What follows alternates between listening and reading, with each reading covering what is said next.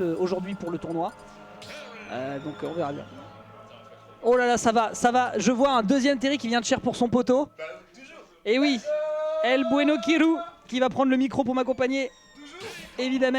Bah ouais, elle parlait de rien, mais je vais sur mon poteau. Bah oui, c'est normal. Diddy Kong, toujours. Fuck Diddy Oh là Kong. là. T'as raison, fuck Diddy Kong. Allez, champion. Vraiment, hein, Reject Humanity, non Reject Monkey en fait, Oula, ça va juste oula, être Reject oula. Monkey par truc. Oula. Bien, On parlait de Smash Bros ok, incroyable. Bien, Tout combo, bien. c'est déjà bien en 39%. Le match-up est horrible. Alors vas-y, donne-moi un peu de détails parce que moi dans ma tête je me dis, vous le mettez à 100%, c'est brr. Non, en fait, le gros problème, ça va se jouer autour de la. Enfin si, non, dans ma tête, pardon, je vais dire ça dans l'inverse par contre. Si vous êtes à 100%, ça va un peu mieux, mais tout le reste du temps c'est la Zumba. Bah, en fait, ça dépend. Ok. Parce qu'en gros, le perso, il peut tellement faire des folies avec sa banane que, genre, là, actuellement, ces situations-là, tu te dois de les respecter. Sauf que comment tu veux respecter des situations avec Terry face à un Diddy Kong qui peut te mettre en 50-50 avec son side B, qui a la banane en tant qu'out of shield et qui a des kills confirmes à partir de la banane. Et tu peux pas passer ta vie avec Terry à sauter, à mettre des neutralaires, c'est impossible, c'est des personnages grounded base, les personnages de FGC traditionnels. Donc forcément ça difficilise un petit peu la chose. En plus on te pousse gentiment dans la banane, la politesse s'il vous plaît. Après, moi je répète, il faut impérativement, je pense, exploiter les 100%. Mais il faut déjà être capable d'y arriver parce que si on a un setup avec un terrain resserré, tu peux rapidement faire des dingueries folles avec le perso. Ce sera quand même un dunk qui sera trouvé, mais c'est pas encore un kill. C'est ça. Ouais, de toute façon, on connaît le perso à partir de 100%, où il peut vraiment facilement voler des stocks. Mais après, en vrai, ce qui différencie énormément ce qui est cool surtout dans le match-up, c'est le jeu. Il a failli faire des folies, j'ai failli. Ouais. Enfin bref. Mira s'est pris 2 situations de take, il a prout dès la première et à partir de là c'était difficile, donc bravo à Shenpol. Ah vraiment, c'était magnifique. En vrai, sur la deuxième surtout, il était trop loin pour jab. Oui, et ouais. en vrai, il a très bien réagi. Moi j'aurais jab comme un malade. Tu vois. Ça revient, c'est tranquille, 128% maintenant, faut bien les rentabiliser. On trouve le nerf, malheureusement, on n'a pas de follow-up. On gère la banane peut-être. C'est tranquille. Pour l'instant, on gère comme on peut. On va essayer de choper ce Diddy Kong à genre 100. Joli crack shoot. 100%. Allez. Moi je le vois gratter jusqu'à genre 70%. Ouais, il y a peut-être moyen, à moins que... Vas-y. Ah, tu viens de curse la carrière de ton pote là, Ouais, Zizi, hein, c'est... Ouais, go Zizi. Hein. Le go Zizi, il a été fait côté Mira justement, qui a bien exploité le down tilt into up smash. D'ailleurs, j'étais quasiment persuadé qu'il avait possibilité peut-être de s'en extraire. On rappelle que le premier hit est vraiment une connexion terrible, c'est encore pire qu'en Essonne. Ouais, par contre, Et là 104%, peut-être quelque chose à récupérer. On a quand même l'avantage malgré tout, hein. On peut quand même faire des trucs qui sont colossaux, notamment ce power dunk. Gros power dunk dans les airs pour surprendre. Et même s'il le tentait et que ça ne passait pas, on n'oublie pas qu'il n'y a pas de lag au landing quand vous le faites dans les airs. Ce qui est assez scandaleux d'ailleurs, on n'en parle pas assez. J'aurais RB, malheureusement il a très bien digéré. Mais ouais, c'est ce qu'on appelle le Tiger Knee Power Dunk. Et ça, on doit l'accepter ou... Ah oui, tu dois 100% respecter, ouais. Ouais. Et c'est super fort. Mais une fois qu'on l'a, c'est pas si fort que ça. Oui. C'est vraiment pas si fort que ça. Oui, tu peux punir avant le landing, tout à fait. Ok, check la shoot si on le connaît. Ça des pourcents, c'est assez cool. Là en plus, on a une stock d'avance, donc on peut se permettre vraiment de faire des choses.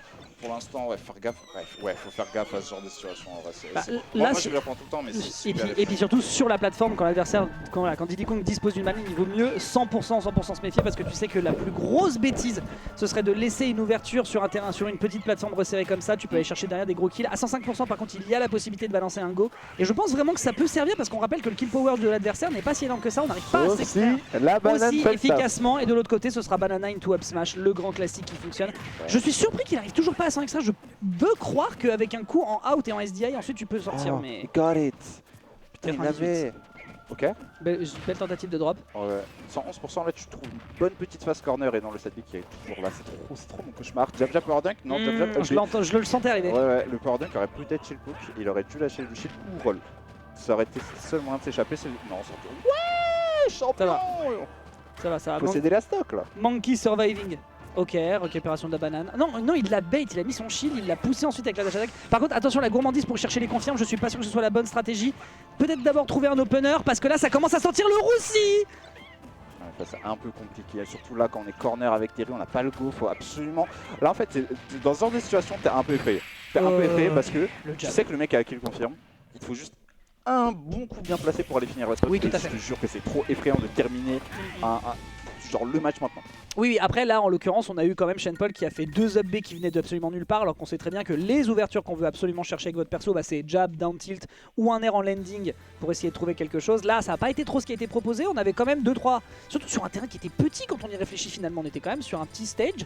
Donc je comprends l'idée mais forcément t'avais toute l'opportunité du côté de Mira de lui rentrer dans les gencives facilement avec encore une fois le 50-50 du side B, le contrôle de stage avec la banana, ce qu'il a d'ailleurs fait, on a commencé à voir les pourcentages grandir. Mais à la fin, c'est les mucs qui gagnent contre les poils. La bagarre. La bagarre fatale. Il y a écrit quoi sur ma casquette? Il y a écrit quoi? Il y a quoi sur la casquette? Il y a écrit Gringo. Non, il y a écrit Fatal Fury. Ouais, mais toi t'aimes ce mot de ouf. Là c'est bon, là. C'est bon, tu m'as transmis le virus. Ah ouais, c'est bon. J'ai passé 20 minutes avec toi mercredi, c'était fini. Mais bon, on est parti sur PS2, une map qui en vrai est plutôt neutre en vrai, je trouve. Pour le coup c'est plus large. Pour le coup là ça veut dire qu'on a beaucoup plus l'opportunité du côté de Mira de faire wow, chouah, voilà, et de faire donc toutes les singeries habituelles du perso face à un Shane Paul qui va tenter de courir par tous les moyens, mais déjà potentiellement s'il veut l'utiliser le Buster Wolf ne couvre pas toute la ne couvre pas tout le stage. Tu as aussi beaucoup moins l'opportunité de lui rentrer facilement dans les gencives pour punir avec soit le crack shoot ou autre. Donc c'est un choix qui est ok. On n'oublie pas par contre aussi que c'est un terrain sur les côtés qui est plutôt ouvert. Même si on tue beaucoup par le haut du côté de Mira, ça veut aussi dire plus de survivabilité pour Shane Paul. Après normalement c'était malin ça. Par contre normalement on peut facilement tuer par le haut avec Terry, c'est ça qui est cool. C'est qu'on a le up B justement pour arracher des stocks à plus de 100% 90. On a plus de saut malheureusement, on perd cette stock 38%. La zone rouge hein. Du côté de Mira, c'est compliqué là, mais c'est un perso à combattre, on sait ce que c'est Terry, on sait ce que ça propose, on récupère la banane pour l'instant, non. Ok, back air, dash attack, back air, monsieur s'il vous plaît, arrêtez de cook. Ouais là le out en DI devrait être vital hein, je pense du côté de Shane Paul qui pour le moment n'en fait pas grand chose. On a fait un turnaround dans les airs, hein. C'est vous dire à quel point le perso est craqué, non pas du tout, c'est juste qu'il y a une hitbox. on dira rien, ce sera juste pour le beauté du spectacle, vous n'avez rien entendu. Et on enchaîne avec un power wave qui va complètement disparaître parce que sur la plateforme c'est pas si pire.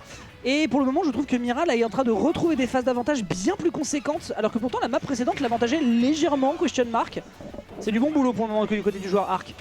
Pitié, un jour mon pote se faire tabasser. Oh là là, faut arrêter les zones rouges. Faut arrêter les zones rouges. Mon fraté, Dagarni, faire gaffe à la banane, ok, on la récupère. Qu'est-ce que tu fais mon fraté? J'ai grave le seum de merde à pas toucher. Tu vois, en fait, c'est ça qui est chiant. C'est que tu vois, il peut mettre la banane et là, il te met dans des situations où soit tu vas aller chercher, soit tu acceptes qu'il la prend. Et tu sais que si tu acceptes, ça peut être 10 fois pire. Je tiens à rappeler qu'au level up expo, Dakpo a fait des centaines de millions de down air et ça lui a quand même permis en stream de prendre des dégâts. Hein, donc peut-être falloir éventuellement proposer des trucs. Bah voilà. Écoutez, il suffisait de demander. Si je dis pas de bêtises, ça snap pas le ledge tout de suite ce side B. Aucun spécial ne snap le ledge, par contre je vois ce qu'il veut faire et malheureusement il avait pas la distance. Il voulait pas, parce que là il a... Quel était le plan? Le crack shoot s'est arrêté juste au niveau du ledge, mais en fait il voulait atterrir sur le terrain. Et je pense que c'est ça qui lui a fait défaut là-dessus. Mais... fuck des icônes. Ouais, non mais Dakpo, hein. Dakpo en fait ce perso je le trouve overbroken. Dakpo était dans ses veines. Tiens regarde, il t'a entendu, arrête de sourire, Il sourit parce qu'il sait, lui il sait. Ouais, Twig a fait. C'est comme si t'arrives. Twig n'a même pas fait 33ème, mais bref. Negato, viens là, on doit parler. Aga, bon, on est parti sur cette 3ème game. Little Singe, Little Monkey. Et voilà, pour moi c'est le meilleur des mondes. Pour moi c'est vraiment le meilleur des mondes entre PS2 et justement Smashville qui a été proposé sur la game 1.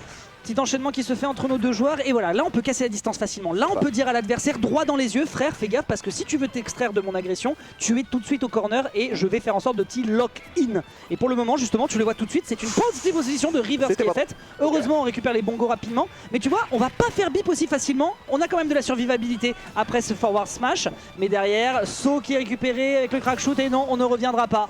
Tel mon père qui est parti chercher le lait il y a 10 ans. Pauvre Shane Paul qui va subir pour le moment sur cette game 3. Qu'est-ce que je peux faire de toi? J'en peux plus. Tu peux pas faire grand chose, tu peux m'apporter du lait à la rigueur. Ah ouais tout ça. Can you be my on cherche une air en fait, ça c'est un peu compliqué. Ouais, Power Dunk, il a très bien joué, je pensais pas que ça allait pas toucher justement. Pour l'instant faire attention parce qu'il a la... Ok, j'ai cru que la banane était là-bas. Oui c'est bon, pourtant j'y pensais aussi mais... Parlant de la banane, vas-y je me pousse. Il en peut plus. Ah merde. Ah, le match-up est assez compliqué, mais en vrai Shane Paul peut, il a les moyens pour, mais je vous jure que face à Dizzy Kong c'est super compliqué. Les mix-ups sont impressionnants là par contre.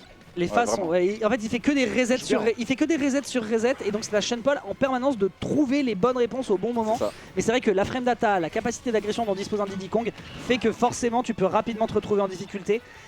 Et on avait déjà vu que c'était compliqué dans certains aspects de la game 1. Là on a le crack shoot, on a le up B et on ne reviendra jamais parce que le saut est consommé trop vite. C'est une ressource trop vitale dans ce match-up au vu de tout ce que peut proposer un Diddy Kong. C'est compliqué, surtout comme on l'a dit, le saut c'est super compliqué. Le pari, monsieur, 128%, on meurt pas par contre. SDF, c'est assez généreux comme map, s'il vous plaît. Sakurai, fais-moi ça. On avait la rythme, malheureusement, on n'avait pas le timing. Faire attention parce que là, 0%, on a 2 stocks de retard. Franchement, on bénéficie de la rage. Les combats avec la banane, ça peut taper fort. En plus, là, on s'imagine pas dans les situations. Ah, ce 50-50, il est vraiment compliqué. Allez, brother! Il est vraiment complexe, je peux comprendre. Même moi, je le subis.